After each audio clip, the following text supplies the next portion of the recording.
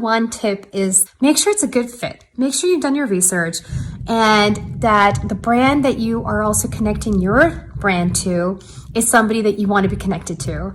Their reputation is so awesome that your reputation is just going to fly with them also.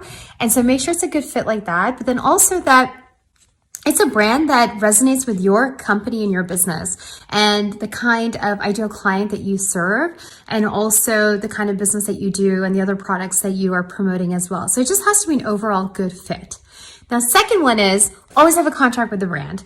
And why I say that is because sometimes there's confusion on what you are supposed to be giving them in the sense of services. How many posts are you supposed to be doing for them? Is it a story only, or is it sporadically over a 3-month period are you supposed to be posting about them?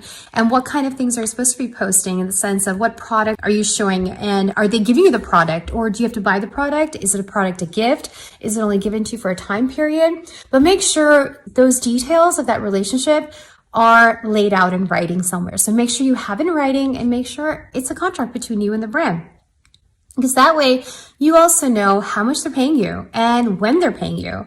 So that's really important, because I know a lot of contracts are out, like they pay after 60 days or 90 days. And if that just doesn't work for you, then don't be afraid to negotiate also. I know that seems overwhelming and that can be scary. I get it, but don't be scared, because at the end of the day, you are providing them this amazing service, and that's why they're coming to you, or that's why they're even having a conversation with you. So don't be afraid for that. One more thing is that if you do have a middle person in between you and the brand, make sure you have a contract with that third party, but then also that you have something in writing with the brand that you're working with, regardless of whether or not you have a contract with the third party. Now, third tip is that anytime you're working with a brand and that they're giving you some sort of compensation, whether it's a free compensation or whether it's just for a period of time and then they ask you to give it back or whatever, it's your obligation, your legal obligation, to let everybody know that it is a sponsored post or it's an ad. So make sure you put that in there. It needs to be obvious and it needs to be apparent, and it can't be hidden somewhere. So just make it obvious, make it apparent. And, if it's sponsored or if it's an ad, then represent it that way. If it's a long-term paid partnership, then represent it that way also. Just however is the best representation of that relationship. You want to make sure that that's included as your legal obligation. Now, number 4 is that you want to also have that ability to use the brand's name, i.e. their trademark. And you want to be able to use their brand name, not only in your caption, but also when you're tagging them. Also in the back end of your blog post and putting them in the back end of it so that you're embedding it into your blog.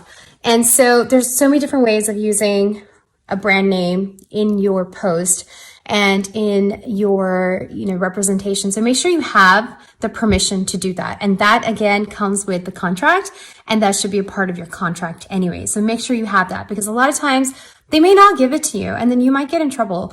Even though you have a sponsorship with them and even though it seems so reasonable for you to use it, just make sure it's in writing, because at the end of the day, they have to protect their trademark and there might be a reason for them to do that. So you want to make sure you have that ability from the front end and not have to fight for it later on.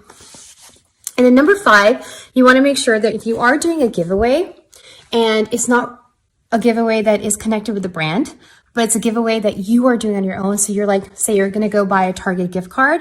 You want to make sure that you write in that caption a disclaimer that Target's not a part of this, and neither is Instagram or any other platform that you're, posting this gift card to, because that giveaway is solely your giveaway and your choice to do it.